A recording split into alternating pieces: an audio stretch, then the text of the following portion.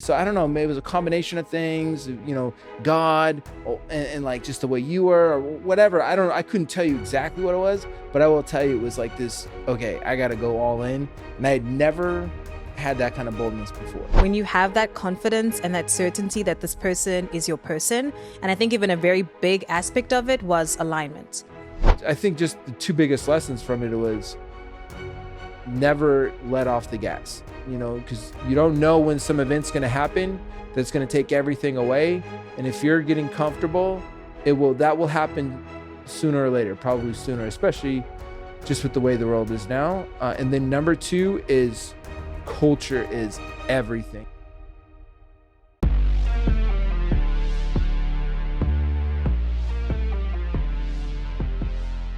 Welcome to the Takeover with Tim and Cindy, where we show you how to dominate every area of life and business. Let's get winning.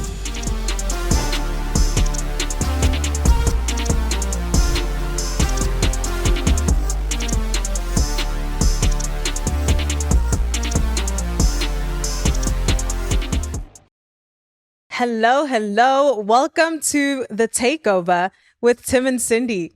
This is our very first episode, and I'm so excited because not only are we going to be tuning in with you all week after week after week, hope you don't get sick of us. The goal is to share value on what we've learned in our lives and in our business, just across the board, the journey that we've been on. And we're really excited about today's episode in specific, our very first one. We thought it would be really awesome to kickstart it off with the big question of how did we get here? How did we get here sitting on this couch here in Miami, Florida? Me from South Africa, Tim from the Midwest. Tim, why don't you kickstart us off with what that journey was like, you and I getting started? Like how we met?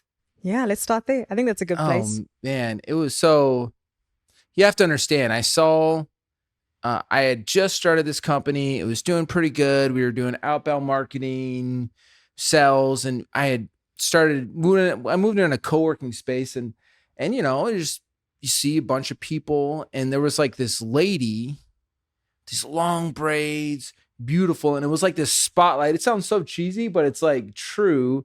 There was like this spotlight just that was like I saw you just from the backside, and I was like, who is this lady? She walked with so much like confidence and certainty, and I just had to meet her.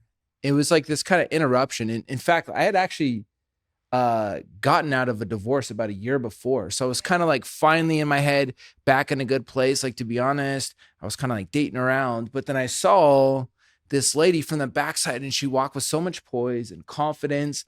I'm like, I got to meet this woman. Who is this woman?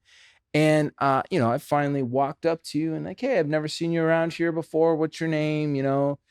Nothing cheesy, cheesy pickup lines. But I mean, when you first saw me come up to you, like, what was kind of that perception of that first interaction? Yeah. For me, I was focused on two things. And I think I told you this up front. I was focused on two things: my career and my relationship with God. And that was it. So in my mind, when I would meet somebody new, it was like, oh, cool, I'm networking. I'm in this new co-working space. I had just started with a company working in assets and wealth management. It was a small firm working out of WeWork as well. And it was just like networking for me, because subconsciously, I think I might have been ready for a relationship, but consciously, I was like career driven, focused, not looking for a relationship. Yeah. And I think the very first time I asked you out for coffee, there was very much, I didn't realize it at the time, but it was very much you were mentally like, okay, let's go network. I was yeah. And then I brought you to that in BCC, which is like a shopping center, and there's like the co-working space and coffee shops, and I was like, hey, let's go grab a coffee. And I'm like, man, I want to go talk to this girl, see what's up. And you were very like, let's network. So I had met her. I met Cindy. And when I met you, I was like, when I went and talked to you at the coffee shop, my mind was like, I've never met a woman or a person that was so intentional about every word that came out of their mouth. And I was like, I have to get to know this woman. And I was so fixated on like, I just felt in my like soul that like this was the one opportunity I was gonna have, that if I messed it up, like that was it.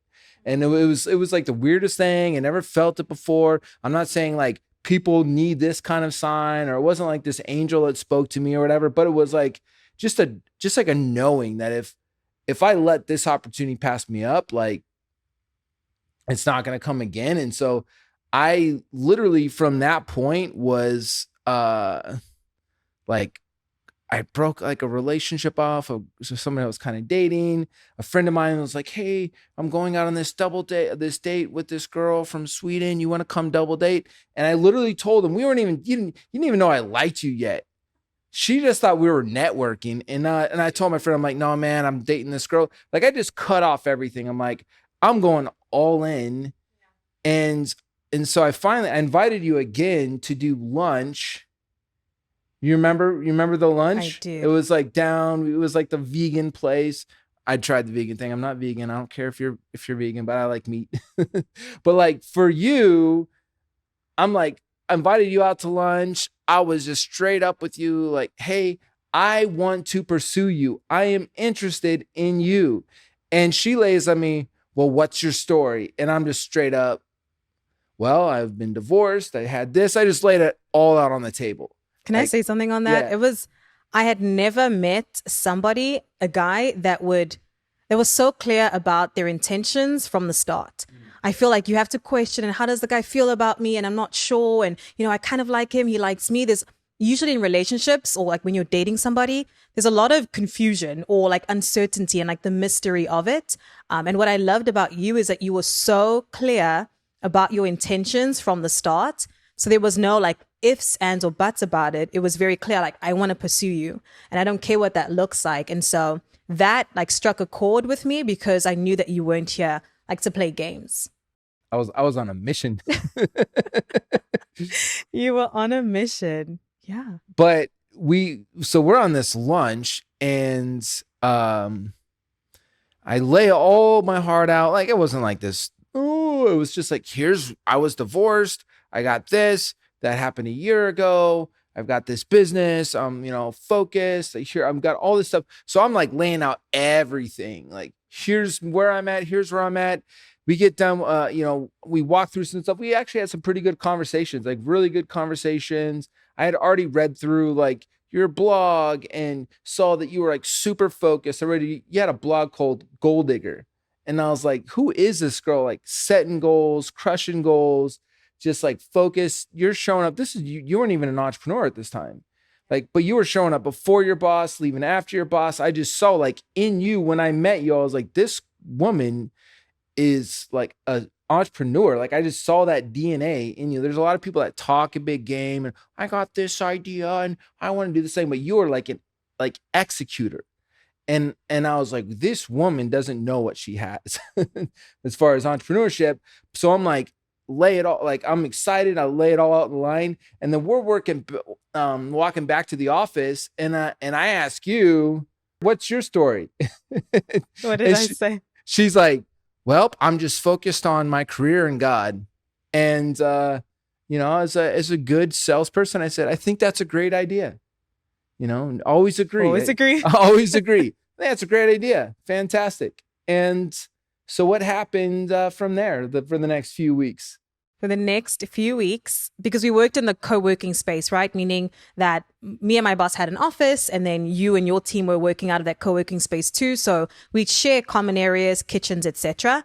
And for the next 2 weeks, consistently every day, you'd come up to me, you'd grab my hand, you'd kiss my hand and tell me how beautiful I was.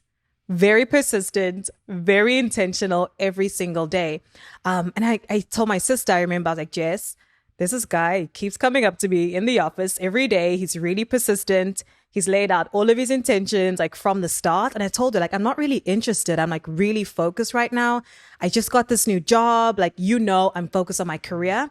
And she was like, just give him a chance. Just see. Like, the worst that can happen is, that it didn't work out. And so I gave you a chance. And I'd say the worst that could happen is I was like a serial killer, stalker, creep. Correct. But I got the vibe. I'm a pretty good judge of character. I knew you weren't a creep. 9 months later, Yeah. we were engaged. I've never, ever in my life felt so bold to just walk up to a girl I was pursuing. It was so damn, it was almost cheesy, but confident, and if it was executed wrong, it would have not been good. Grabbing a girl's hand that just told you she's not interested in a relationship. I grabbed your hand, kissed your hand, and would be like, you are so beautiful. Every day for like 2 weeks.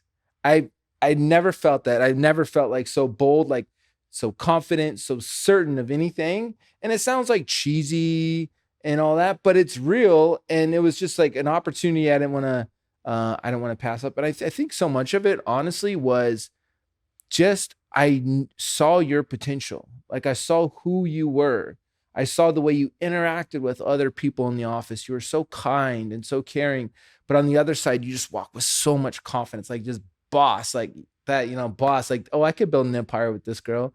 And then when you spoke, I had never met somebody that spoke with that. So I don't know, maybe it was a combination of things, God, and like just the way you were or whatever. I couldn't tell you exactly what it was, but I will tell you it was like this, okay, I got to go all in. And I had never had that kind of boldness before. Yeah. Just to be clear, like I would never say that's how it's supposed to look like for a relationship. For That's what sure. it look like for us. Everybody's story is different. So that was for us. And I'm glad it worked out because we were like you said, we were engaged 9 months later. It was quick. It was really quick. I think when you know, you know. Yeah. When you have that confidence and that certainty that this person is your person. And I think even a very big aspect of it was alignment. You and I were aligned with our goals. We both were very big, still are very big thinkers, big picture, like whatever goal we set for ourselves, we're going to put in the work to achieve it. So we had alignment in like the big picture vision that we had for ourselves and, with a future potential partner. We were in alignment with our values.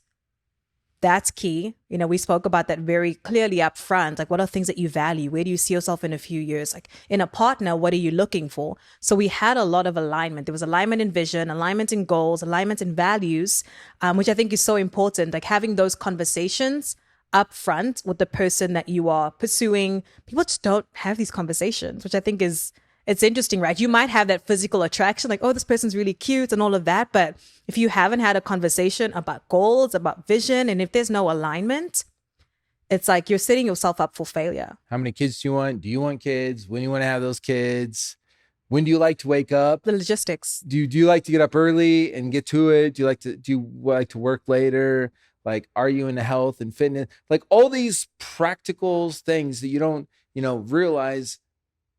Actually, it's just a matter of like, do we have alignment in just like the day-to-day stuff? Because you can have with a lot of people that like, oh man, they're attractive. Chemistry. You get those chemicals. Yeah. It's just like, we're just humans were wired like that. But we're all like made differently. And so it's like, do we have common values? Do we have like common, like, I love getting up early. This woman loves getting up early. We both love hitting the gym. This, it's like we both have a lot of things that are in alignment. We like to just be straightforward communicators, like direct. We're both very genuine with people. We care a lot about people. Our faith, yeah, like being Christians, like that's a super important part of our life. But then there was complementary things. Like I am very much ready, fire, aim, like just make it happen. And you're like super organized. My YouTube video would be like, all right, like we're going to jump in. We're going to show you how to crush it. And you're like, all right, the 3 steps to executing properly. Step 1, you have like to, step 1, it's like step boom, 2, boom, step boom, 3. boom. Yeah. I think that's what makes it like we have complementary skills in business, which is why we work so well together. And I think that's a whole topic for another day, for sure. I think we could talk forever about complementary skills. So we had the height of our relationship. We got engaged in 9 months. We were married a few months after that. We had the most amazing wedding. My family came in from South Africa and from Congo, your family from the Midwest, all joined here in Miami, literally like a fairy tale. But there was a lot that was going on behind the scenes that I would really classify as like a major downfall. It was our lowest points. So why don't we tell everyone what was going on behind the scenes and ultimately what led to the most difficult time of our lives thus far? The business crash. Oh my gosh. So, my business was, from my perspective, was, starting to blow up and be successful and make a bunch of money. And I've got money coming in. Here's this for the wedding. Here's this. We get married, and Cindy didn't know, but that month, like leading up to the wedding, there started to be like refunds and chargebacks, and employees, like I'm finding emails of employees writing to their customers, charge back all your charges with Pima, and come, I'm starting my own business, come spend your money with me, I'll give you half price, and all this stuff. And literally our we got married, and we're going on we did a staycation here in Miami. It's freaking beautiful. Like we could drive 30 minutes to do vacation, but we're literally at the Fountain Blue on Miami Beach. It's beautiful. Like we got a condo in the freaking place. And Cindy doesn't know, but my business was crashing. It was going under. And literally on our honeymoon, it had kind of hit the bottom. Like, and I had lost money in December. We were married early January. And I'm literally in the Fountain Blue, this like super nice condo, hotel.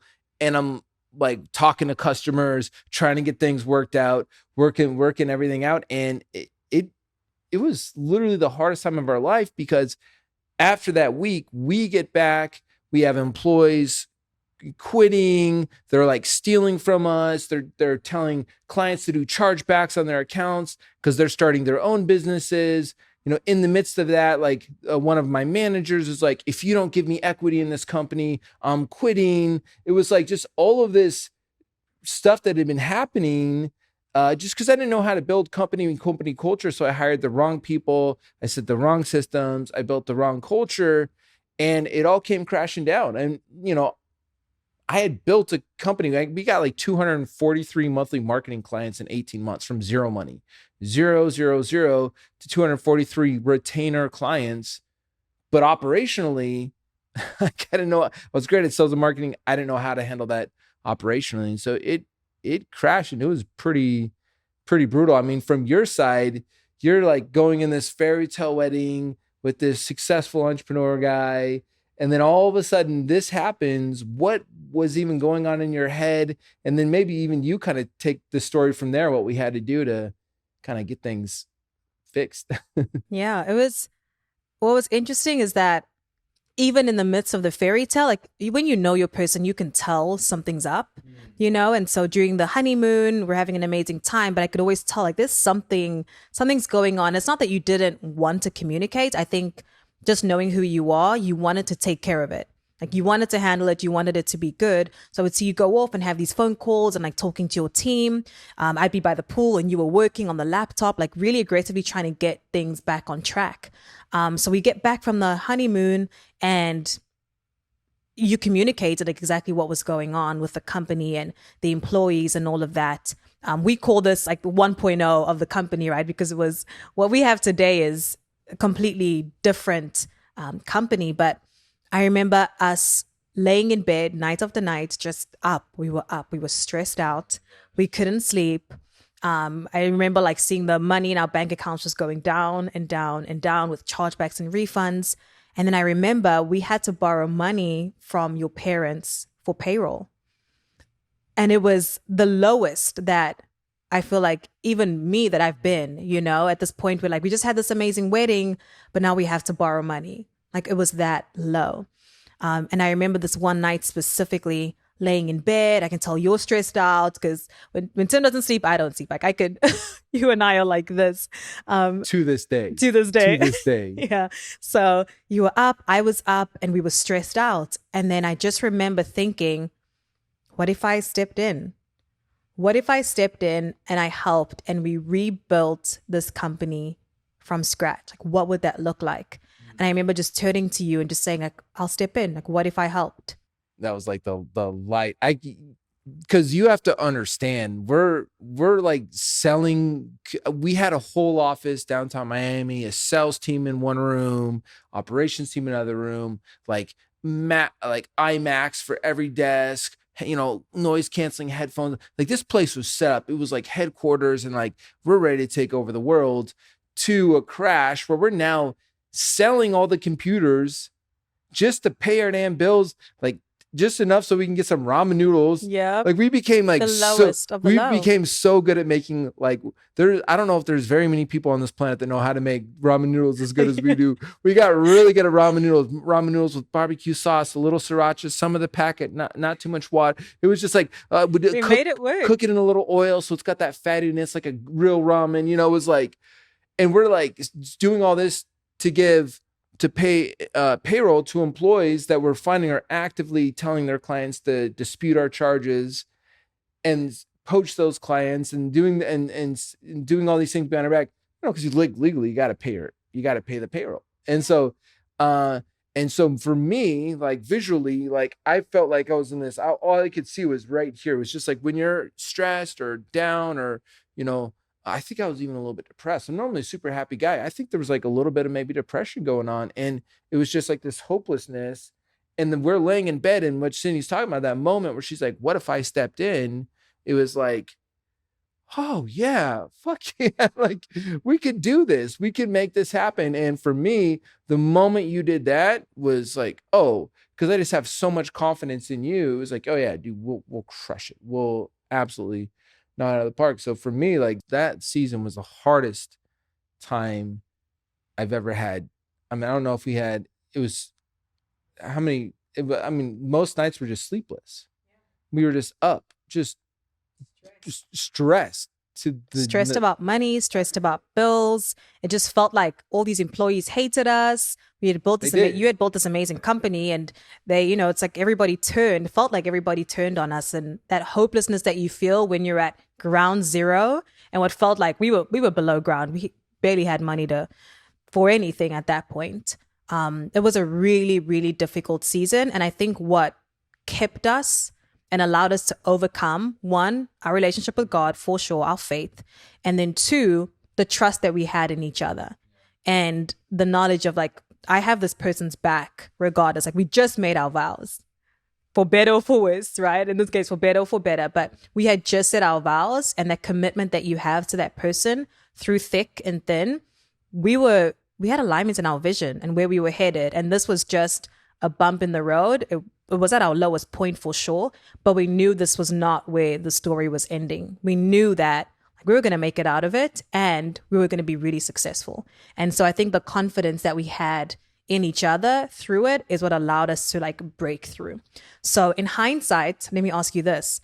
What are some, if you look at the picture of our relationship, our story, the good, the crash, where we are now, what would you say are some lessons learned?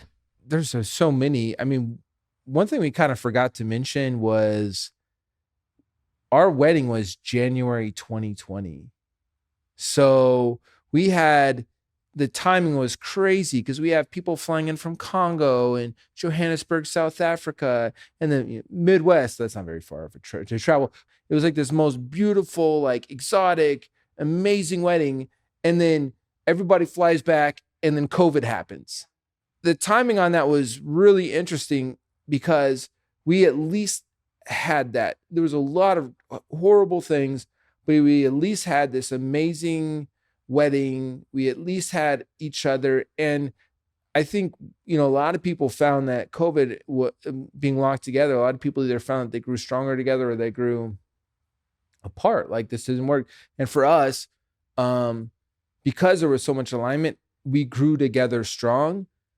And kind of to answer your question, the biggest lesson to learn, I would say a couple things. Number one, when you hit that rock bottom, and it's that painful, you never, ever like want to be there. You never want to be there again. So I would say the drive that it gave us as a couple to just grind, to choose our hard, to choose like the pain when it's hard, so that I think it's propelled us to move so far away from that, like every day. The other lesson is culture. Like your team, like I was very good at building sales and marketing, and we grew super fast, but I didn't know how to build team and culture. And you have that. For years, you've put together events and you've done a lot of these different pieces. And to think, I don't build a company, you don't build a company, we build people, and the people build the company. And so a lot of 2020 was really us just building the foundation and the culture. Yeah.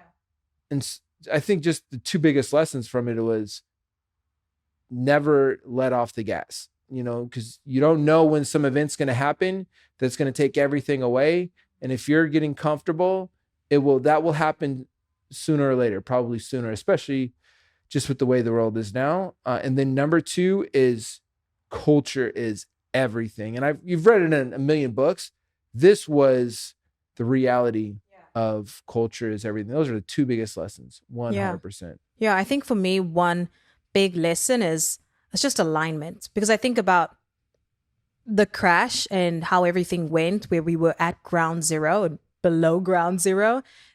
There was a lot of misalignment between the people that we had on the team, right? And that PIMA 1.0. And because there was no alignment in vision, in culture, and where you all were headed, which essentially sums up to culture, that's why there was that big crash. And then I think about what held us through the difficulty was how much alignment you and I had in our vision, in our values, and where we were headed. And there was even, I think about throughout our relationship, before we got married, a lot of people were like, you guys should not get married. Like it's you moving too quick. But when like when you have that trust that this person has got my back, we're in alignment on all levels, you hold on to that, even when people are saying otherwise. So I think alignment overall, alignment in the company, alignment as a couple, where are we headed? Do we have a common vision that we're working towards, that I'm going to have this person's back regardless of what happens? And I think with that allows you to make it through even the toughest situations. Because I think about too, in the company we have now, PIMA 2.0, we have the most amazing team, the most amazing culture. And it's not that we don't go through difficulties, even in our marriage, even as a team, but because we have alignment, vision, mission, values, that allows us to get through challenging and difficult times. Have we had difficult times since? Well, rainbows and butterflies. Is there something we need to talk about that I'm missing here? No. Yeah. I mean, we could talk about how we stopped fighting another time, but yeah, and there were some challenges, and I think, yeah, mission, vision, values is something you always read about. It's like the reticular activating RAS, right? Reticular activating system. Yeah. It's like it's the concept of, once you're going to buy a car, now you see that car everywhere. It's like once you've been, I would say we didn't build this company from the ground up. We built it from the grave up. And once you've been in the grave, you're very aware of like, I never want to be here again. And now it's like your RAS, you're seeing everywhere, mission, vision, values, culture. And 2020 was really more than anything. It was like, because when the business was crashing, like I didn't like any of the people it was like toxic culture. My fault. I hired these people. I let the culture become what it was.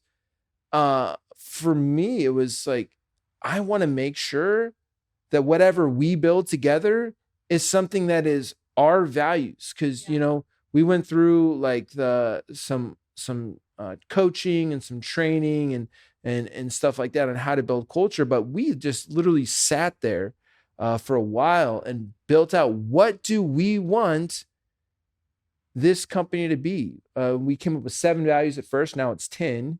We come with the mission. And these were things that were values that we actually care about. Like our PIMA 10 and the original was PIMA 7. Those were values at which we would make the personal decisions by. And so it's your company.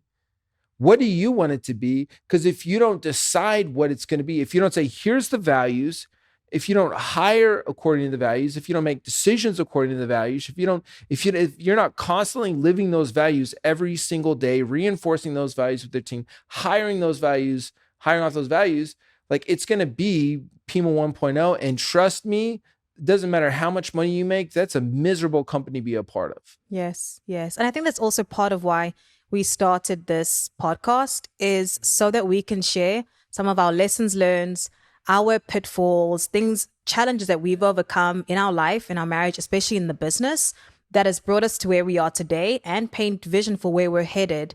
And that's one of the topics we're going to dive into and dissect a lot. Culture. How do you build culture? What does culture look like in a team? Because we've seen both sides of what having amazing culture and what having really bad culture can do to the trajectory of your business. So I'm excited for more episodes on this podcast. I'm excited too. If we could literally, I think the big thing that I keep thinking about, because I do the sales training for our clients on Thursdays. And one thing I always say is, I don't want you to come to these trainings and be like, oh, cool, a training, it's fun. Like you're watching Netflix or a documentary on Netflix. I want you to come to these trainings and make sure you walk away with 1 or 2 actionable things that will make your life and your business better, and then come to the next training and get 1 or 2 more things. So if you can walk away from what Cindy and I are doing here with the Takeover and have if it's just one thing where I'm going to execute on that one thing to be able to dominate in your business, in your life, and then you come to another episode and you get 1 more thing, that's what we want more than anything else from these shows, is that you walk away with that one thing. So just even as you're watching the show, like what's the one thing you can walk away from and add or think about or ponder or start doing that's going to make a difference? We're going to walk through a lot about how do you execute on your relationship? Like how do you execute in business and culture and marketing and outbound and sales? Just make sure that when you're coming to this, just think, what's one thing I can take away from this that will change my life, make my life better? Because I promise you, if you take the lessons of one of these things and avoid any of the stuff, I didn't have to go through that problem, right? Like if I would have had the wisdom, if I would have had the mentorship, if I would have gotten with the right people that I'm now paying and mentoring and talking with, it wouldn't have taken me this long to get here. Yeah. You know what I mean? So what would you say is kind of your biggest hope for people to get from following this episode, following the ones to come? Yeah, I think it's the same thing. It's the topic of the show, right? Our main theme is, how do you win? How do you dominate in all areas of life and business? And so if you come in listening to these podcasts and listening to these episodes rather with the intention of, I'm here to win and I want to dominate, and if I can learn that one thing that's going to allow me to accelerate my results and dominate in my relationship, in my health, in my business, it's all about setting the intention. And if you have that intention at the start, you're going to get value out of it. And so this was our first episode. I really hope that you all found value from our first episode. And if you supported us in getting to this point where we are launched, thank you so much. If you found value, consider rating the show. It helps so much as we are kickstarting and launching. And we're really excited about the upcoming episodes as well. So this is Tim and Cindy with The Takeover. Stay winning.